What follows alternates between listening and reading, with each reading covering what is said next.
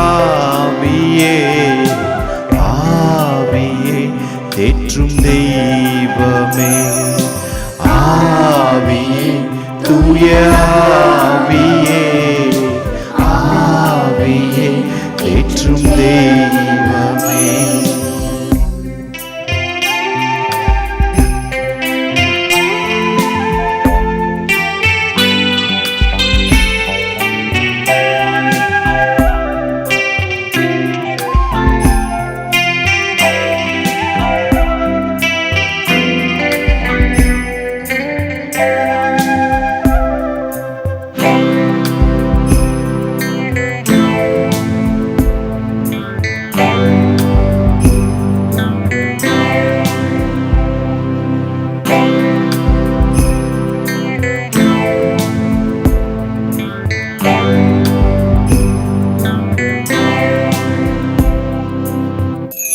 என் வாழ்க்கையை உங்க கையினில் அர்ப்பணிக்கின்றேன், நீங்க நடத்திடுங்க.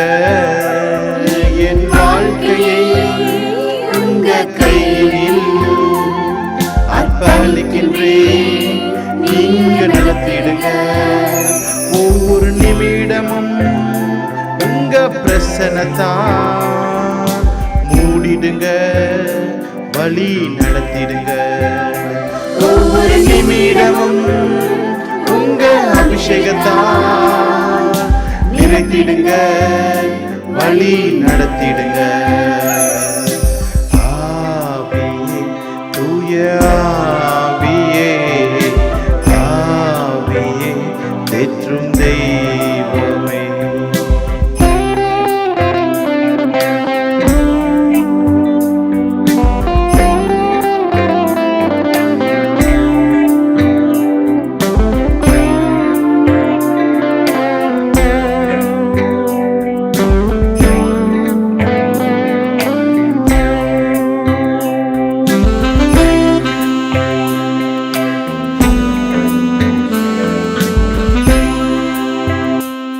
என் எண்ணங்களும் எல்லாம் இயக்கங்களும் நீ அறிபவரே, நிறைவேற்றி முடிப்பவரே.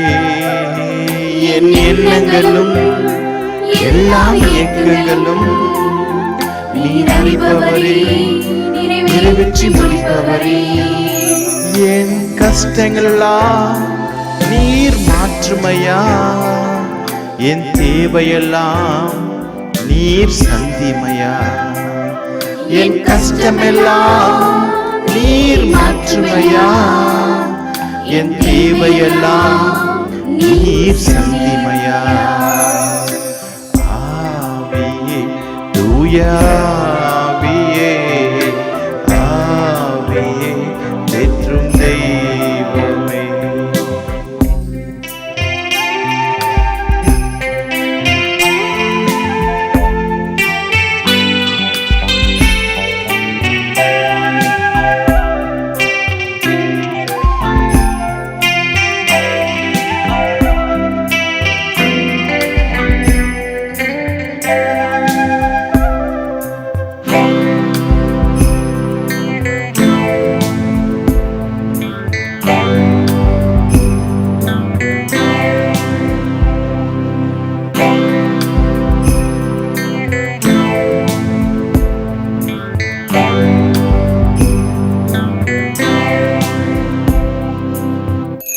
எல்லாவற்றிலும் நீர் மேலானவர், எல்லா துதிகளுக்கும் நீர் பாத்திரரே.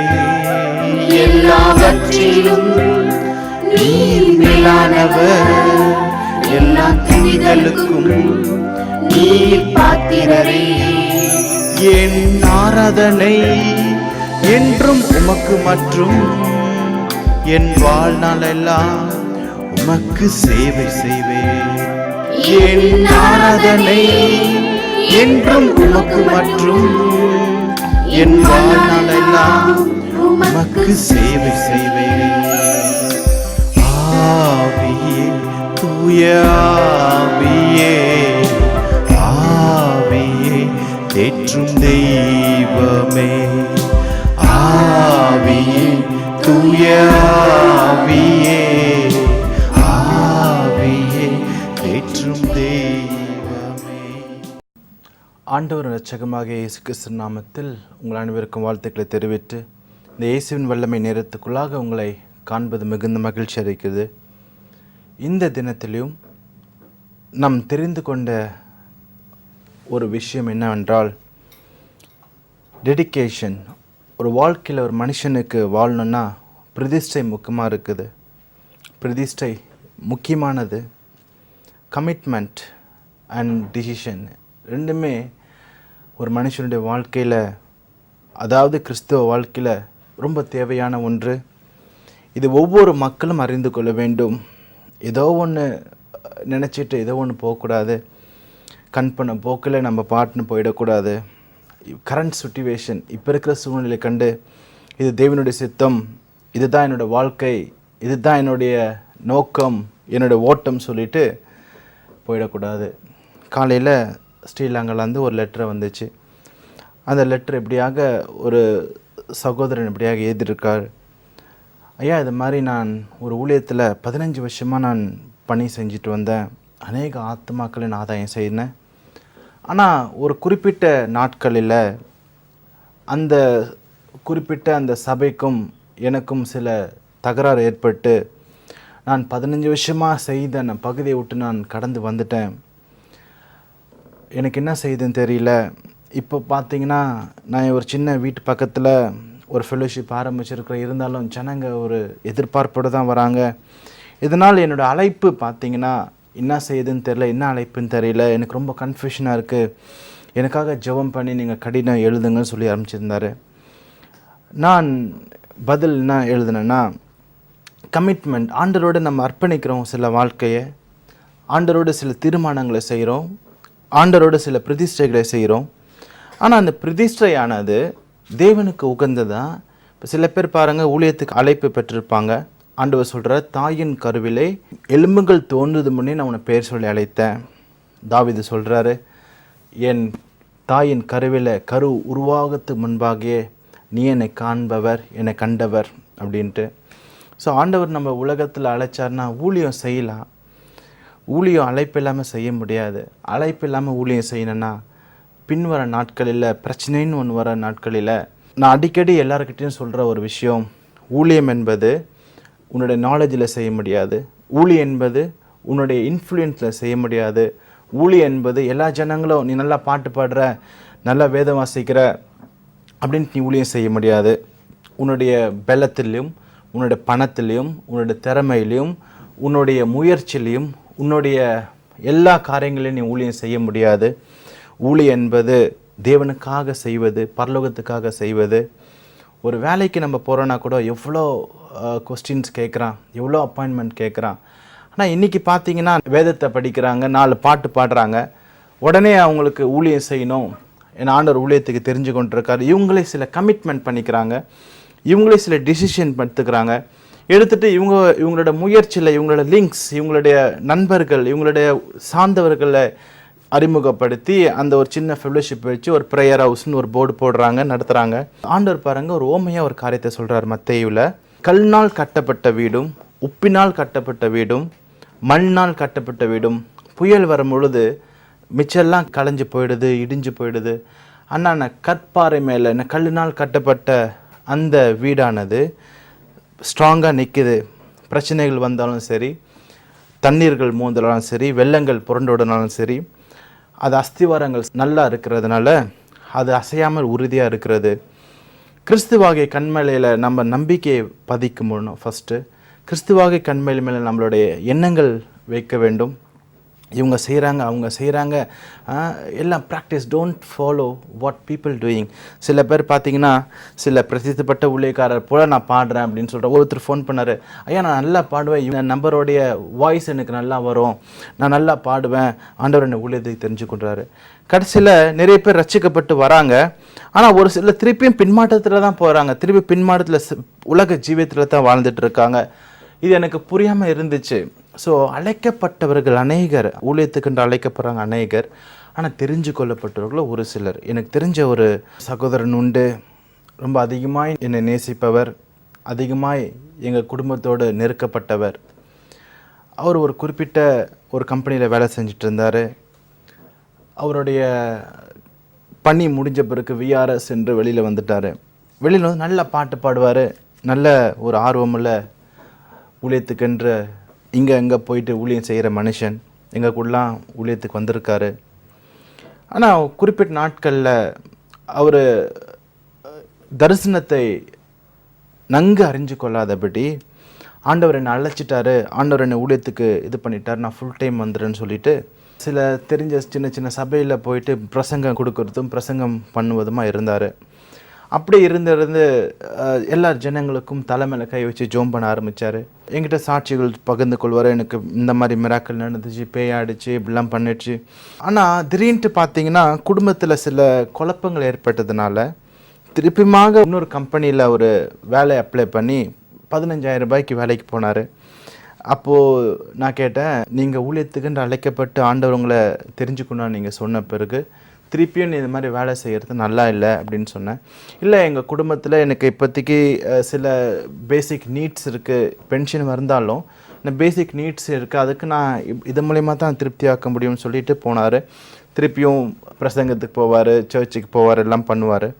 திடீர்னு பார்த்தீங்கன்னா ஒரு இடத்துல, குறிப்பிட்ட இடத்துல போயிட்டு ஒரு மந்திர கட்டுக்கு ஜோம் பண்ணிவிட்டு வந்தார். வந்த வழியில் நல்லா தான் வண்டியில் வந்திருந்தார். வந்த வழியில் திடீர்னு இப்படி ஆயிடுச்சு, என்ன ஆச்சு தெரில, வண்டியோட கீழே விழுந்து அவர் தலையில் அடிபட்டு 30 நாள் கிட்ட சுயநினைவு இல்லாமல் இருந்து இன்றைக்கி மிகுந்த பாதிக்கப்பட்டு இப்படியும் இல்லை அப்படியும் இல்லை, இன்றைக்கி ஞாபக சக்திகள் இல்லாதபடி பல பிரச்சனைக்குள்ளாக இருக்கிறாரு. இதை பார்க்கும்போது வேதனையாக இருக்கிறது. ஏன்னா எதுக்காக சொல்கிறேன்னா, நம்ம எடுக்கிற தீர்மானங்கள் உண்மையாக இருக்க வேண்டும். we cannot play with God. ஆண்டவரோடு நம்ம விளையாட முடியாது, பேயோடு நம்ம விளையாட முடியாது. வரங்கள் வல்லமைகள் இருந்தால் தான் சத்ருவை நம்ம கட்ட முடியும். இன்றைக்கி சும்மா ஜெபிக்கும்போது சத்ருவை கட்டுறேன், பிசாசை கட்டுறேன், பிடிக்கிறேன்னா முதலாவது அவனுடைய காரியம் உங்ககிட்ட இருக்கக்கூடாது. அவனுக்கு தெரியும் இவங்க தேவனால் அழைக்கப்பட்டவங்க, இவங்க தேவனால் தெரிந்து கொள்ளப்பட்டவங்க. அவனுக்கு நல்லாவே தெரியும் யார்கிட்ட அவன் பயப்படணும், யார்கிட்ட அவன் ஓடணும், யார்கிட்ட பேசணும்னு நல்லா தெரியும்.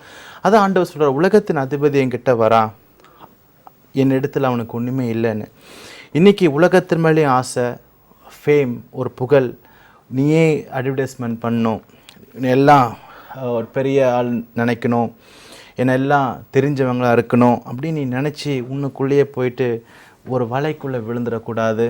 தேவனால் அழைக்கப்பட்டவங்க பாருங்கள், சாமுவேல் தீர்க்கதரிசி என்பதை முதல் பேசபவர் அறிஞ்சிருந்தாங்க மக்கள். நல்லா கடவுளே உன்னை கொண்டு போவார், கடவுளே ஆண்டவரே உன்னை உயர்த்துவார்.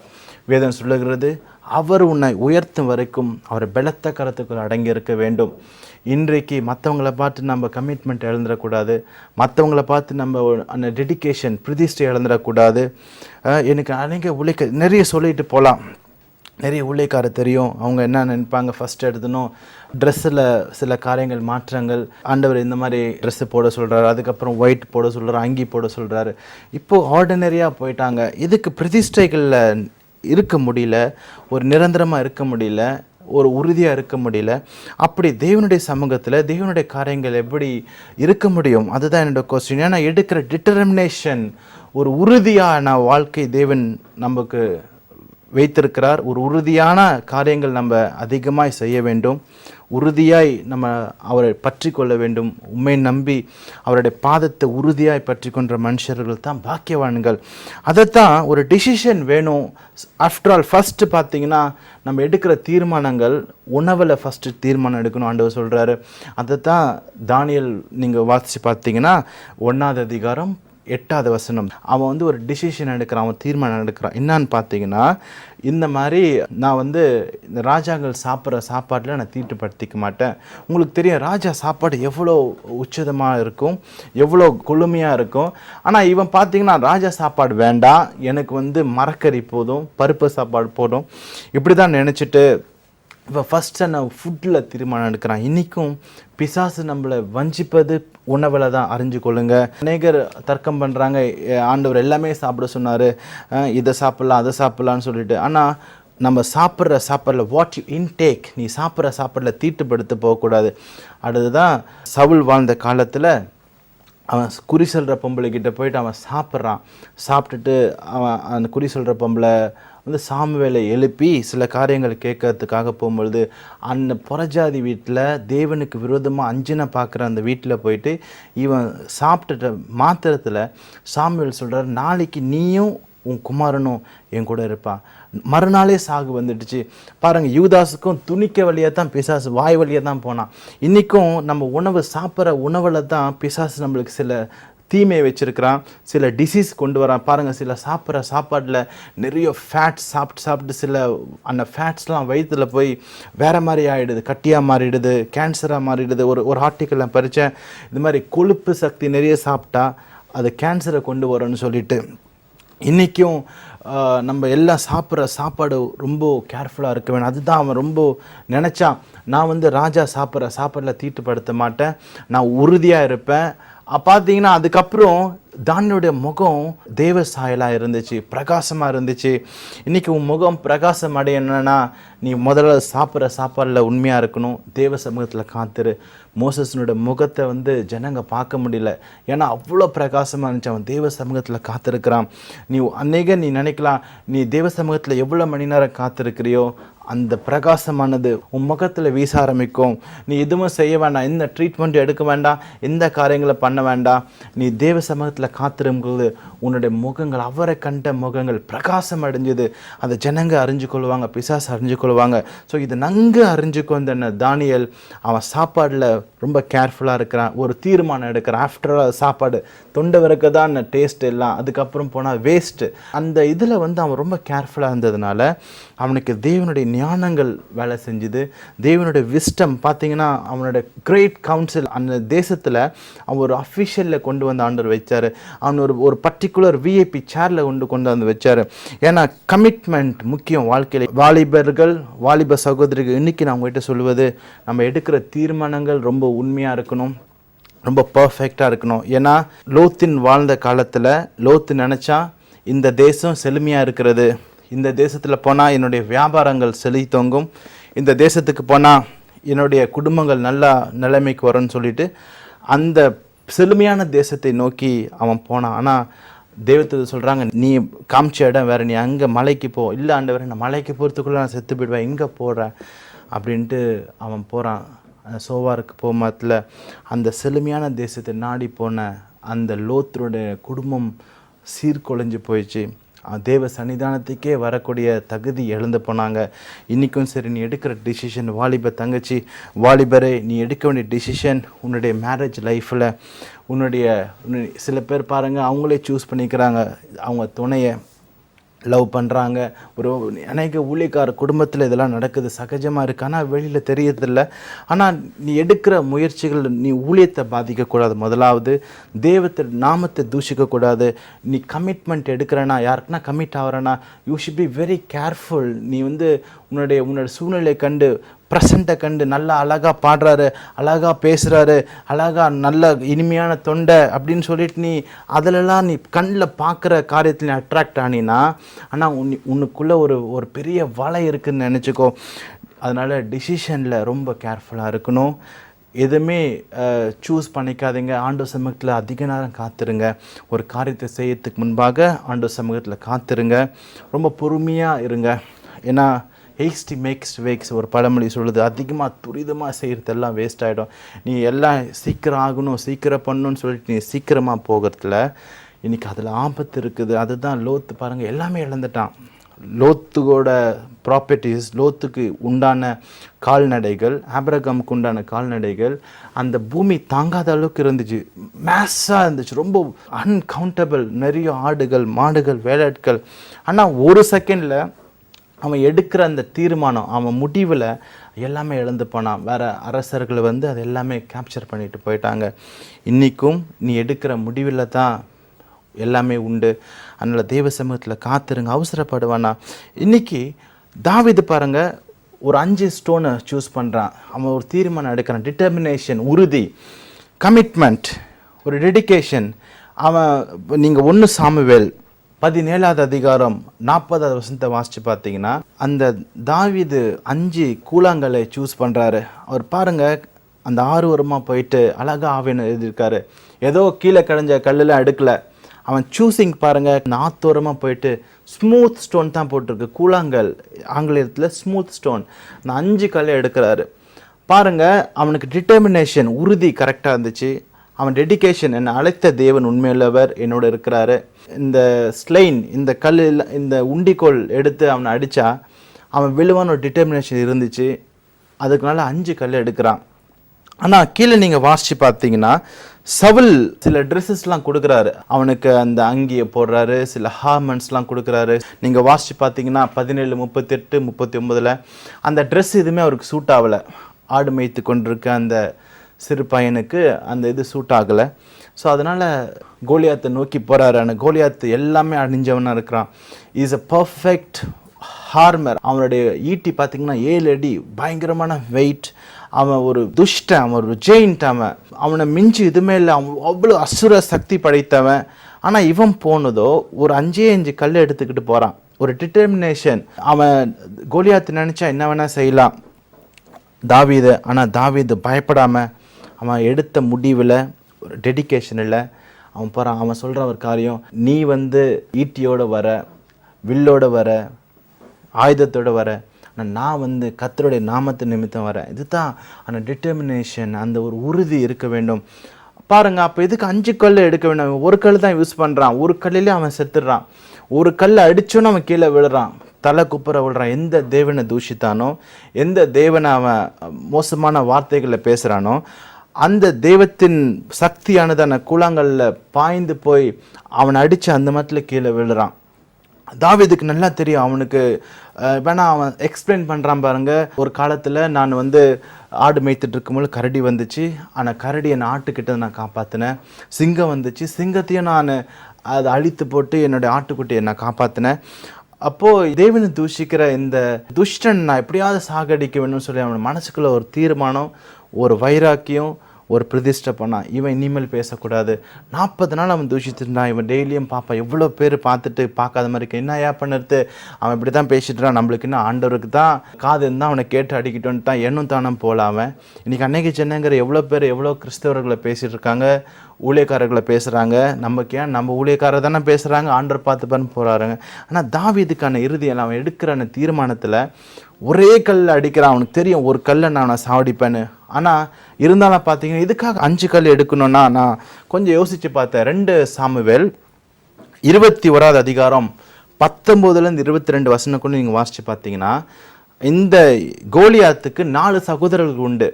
இந்த வசனத்தில் பார்த்தீங்கன்னா 4 சகோதரர்கள் இந்த கோலியாத்தை சேர்ந்தவங்க. அவர்களும் சக்திவான்கள். Is a very powerful mans. இவன் கூட இருக்கிறாங்க. இவன் பாருங்க எவ்வளோ ப்ரிகாஷனாக போகிறான், வெறும் ஒரு உறுதியாக போகிறான். இந்த ஒரு கல்லும் ஒவ்வொரு ஆளுக்கு தான். நான் 5 கல் எதுக்கு எடுக்கிறான்னா, இந்த கோலியாத்து கூட பிறந்தவங்க 4 பேர் இருக்கிறாங்க. ஸோ அவனுங்களும் வருவாங்க, அவனுங்களே நம்ம அழிக்கணும்னு சொல்லிட்டு அவன் தீர்மானத்தோட ஒரு பிரதிஷ்டையோட போகிறான். ஆனால் பாருங்க ஒரே கல்லில் அவனை அடிச்சுட்டான். மிச்சம் 4 கல் சேவ் வச்சிருக்கான். எதுக்காகனா கண்டிப்பாக அந்த பிரதர்ஸ் வருவாங்க, அவன் சகோதரர்கள் வருவாங்க, அவனையும் நம்ம அழிக்க வேண்டும்னு சொல்லிட்டு அவன் எடுக்கிற டிசிஷன் ரொம்ப உறுதியாக இருந்துச்சு. அதனால தான் அவனை ராஜபாரத்தில் கொண்டு வந்துச்சு. இன்றைக்கும் நீ எடுக்கிற முயற்சிகள், ஊழியத்தில் அவசரப்படவானா, நான் இப்போதான் தொடங்கினா எனக்கு ஒன்றுமே இல்லை, நான் என்ன செய்வதுன்னு தெரியல, எந்த உதவியும் இல்லை, நீ யாரோட உதவியை நாடி போக வேண்டாம், எந்த ஃபாரின் ஹெய்டும் நாடி போக வேண்டாம். நீ முட்டி போட்டு அமர்ந்த இடத்துல எல்லா உலகம் உன்னை தேடி வரும். ஆண்டவர் எனக்கு சொல்லி கொடுத்தது தான், நீ முட்டி போட்டு ஜெபம் பண்ணு, எல்லா தேசங்களும் எல்லா நாடு பாஷைக்காரர்களும் உன்னை தேடி வருவாங்க. இன்றைக்கி நீ யாரோடைய நன்மைகள் தேடி போக வேண்டாம். அதுதான் நீ எடுக்கிற பிரதிஷ்டை ரொம்ப கேர்ஃபுல்லாக இருக்குது.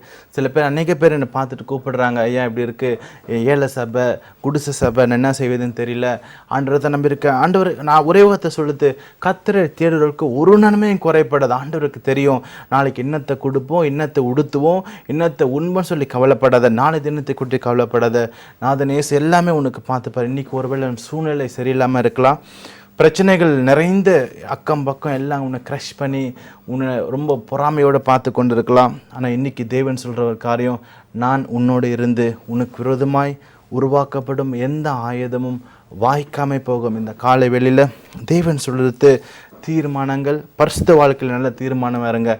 யோசிப்போட வாழ்க்கையிலையும் சில அந்த பரிசுத்த வாழ்க்கையை குலைச்சலாக்கிறதுக்காக சில நபர்களை பிசாசு கொண்டு வரான். நீங்கள் வாசித்து பார்த்தீங்கன்னா ஆதியாகமம் 39:4 போர்த்திப்பார் மூலிமா அவனுக்கு சில தொந்தரவுகள் ஏற்படுது, சில க்ரஷ் ஏற்படுது, சில ப்ரெஷர்ஸ் ஏற்படுது.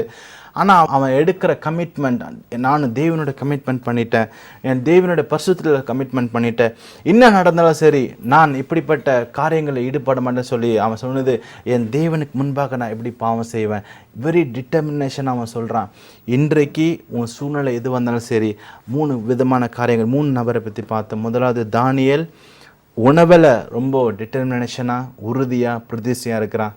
2வது தாவீது காலத்துலேயும் தாவீது தேவனுக்கோட வார்த்தையிலும் தேவனுடைய நம்பிக்கையிலும் ரொம்ப டிட்டர்மினேஷனாக இருக்கான். ஒரு கல் போதும், அதனால தான் அவன் போய் சூஸ் பண்ணிட்டு வரான்.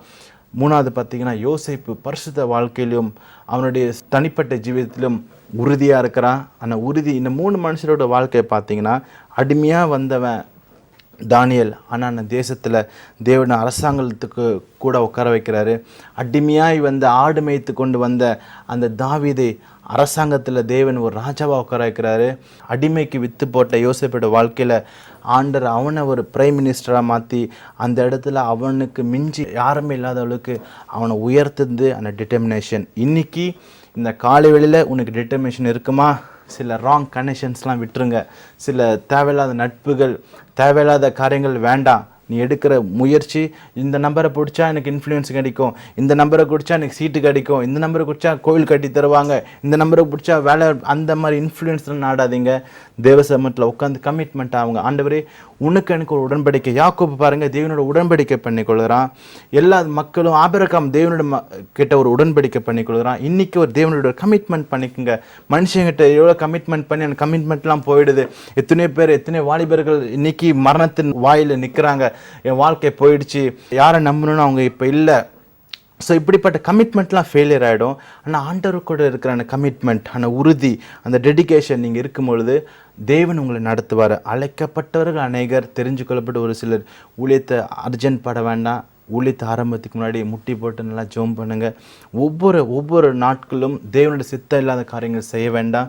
தேவனே உங்களுக்கு இன்ஃப்ளூயன்ஸை கொடுப்பாரு, லிங்கை கொடுப்பாரு, உங்களை உயர்த்துவார். அவர் உயர்த்த வரைக்கும் பலத்த கருத்துக்குள் அடங்கிருங்க. நம்ம ஜெபிப்போமா? அன்புள்ள இயேசுவே, நல்ல வேலைக்காக ஸ்தோத்திரம். 3 விதமான காரியங்களை பார்த்தோம். இன்றைக்கு உங்களுடைய கரம் இந்த மக்களோட தொடட்டும் ஐயா. ஐயா, கமிட்மெண்ட், டெடிகேஷன் அண்ட் டிசிஷன், தீர்மானம், பிரதிஷ்டை அண்ட் உறுதி, இவர்களுக்குள்ளாக இப்பொழுதே வருவதாக இந்த செய்தி கேட்டுக்கொண்டு ஒவ்வொருடும் தேவனுடைய கிருபை இருக்கட்டும், தேவனுடைய ஆசீர்வாதம் இருப்பதாக, தேவனுடைய வல்லமை இருப்பதாக. ஐயா, ஒரு குடும்பத்தில் இப்படியோ நான் தப்பு செஞ்சிட்டேன், நான் வழி மாறி வந்துட்டேன், நான் என்ன செய்வது இப்போ இல்லாமல் இருக்கிறேன், இதை பிடிக்கிறது என்ன செய்வதுன்னு தெரியாமல் இருக்கிறேன், எப்படி குழம்பி போயிருக்கிற ஒவ்வொரு வாலிப பிள்ளைகளுக்கும், ஒவ்வொரு தகப்பன் தாய்க்கும் நான் இப்பொழுது ஜெபிக்கிறேன். தேவனுடைய தீர்மானங்கள் ஒரு வாழ்க்கையில் நிறைவேறட்டும். குழம்பி போயிருக்கிற, என்ன செய்வதுன்னு தெரியாமல் இந்த செய்தியை பார்த்து கொண்டிருக்க ஒவ்வொரு குடும்பத்துக்காக நான் ஜெபிக்கிறேன். குழப்பத்திலேருந்து விடுதலை தாங்க ஐயா, ஆறுதல் தாங்க, தோல்வியிலேருந்து ஒரு விடுதலை தாங்க. இன்றைக்கு எல்லா வியாதிகள் மறையட்டும், எல்லா மென்டல் டிஸார்டர்ஸ் எல்லாம் மாறட்டும், எல்லா பிரச்சனைகள் மாறட்டும் ஐயா. நான் குடும்பத்தில் சொத்து தகராறு எல்லாம் இப்பொழுது மாறி போவதாக ஐயா. வீடு நல்லா கட்டி இப்படியா நிற்குது, ஒன்றுமே பண்ண முடியாது இருக்க, என் வீட்டுக்கு யாரும் வரமாட்டாங்களே இப்படின்ட்டு கஷ்டப்பட்டு கொண்டு இருக்க ஒவ்வொருக்கா நான் ஜெபிக்கிறேன். இன்றைக்கு தூதர்கள் பிரச்சனைகளுக்கு ஈடுபட்டு இப்பொழுது எல்லா சாத்தானின் கிரைகள் அழிக்க வேண்டுமாய் எல்லாவற்றையும் பொறுப்படுத்தி நடத்துங்க. பிள்ளைகளோட படிப்பும் எல்லாவற்றையும் பாதுகாத்துக்கொள்ளுங்க. இயேசு மூலம் வேண்டிக் கொள்கிறோம் பிதாவே, ஆமீன். எங்களுக்காக நீங்கள் ஜெபிங்க, எங்கள் ஊழியத்துக்காக ஜெபிங்க. நாங்கள் ஒரு நல்ல இடம் பார்த்துட்டு இருக்கோம். இந்த ப்ரேயருக்காக, ப்ரேயர் டவருக்காக உங்களுக்கு இருக்குமானால், உங்களுக்கு தெரிஞ்ச எதனா இடம் இருந்துச்சுன்னா எங்களுக்கு தெரியப்படுத்துங்க. அந்த இடத்துல அநேக கட்டப்பட்ட ஜனங்களை விடுவிக்கணும்னு நாங்கள் ஆசைப்படுறோம். அந்த புது வருஷத்தில் தேவனுக்காக ஏதாவது செய்யணும் ஆசைப்படுறோம். எங்களோட கடிதம் மூலம், தொலைபேசி மூலம் தொடர்புக்கங்க. God bless you. எங்களுடைய சபை ஆராதனை நேரங்கள் ஞாயிற்றுக்கிழமை காலை 9 மணி முதல் 12 மணி வரையிலும், மாலை 6 மணி முதல் 8 மணி வரையிலும், செவ்வாய் மற்றும் சனிக்கிழமைகளில் உபவாச ஜெபமும், 3வது வெள்ளிக்கிழமை முழு இரவு ஜெபமும், புதன்கிழமை தோறும் வேத பாட வகுப்பு மாலை 6 மணிக்கும் நடைபெறுகிறது. மேலும் பாடல்கள், தெய்வீக செய்திகள், மாதாந்திர பத்திரிகைகள், இன்னும் உங்கள் ஜெப தேவைகள், 24 மணி நேர ஜெப தேவைகளுக்கும் நீங்கள் எங்களோடு தொடர்பு கொள்ளுங்கள். தொடர்பு கொள்ள வேண்டிய செல்போன் எண்கள் 9940383838, 9092383838, 9042383838 மற்றும் 8012383838. Email powerofjesusministries@gmail.com. Website www.pjministry.org.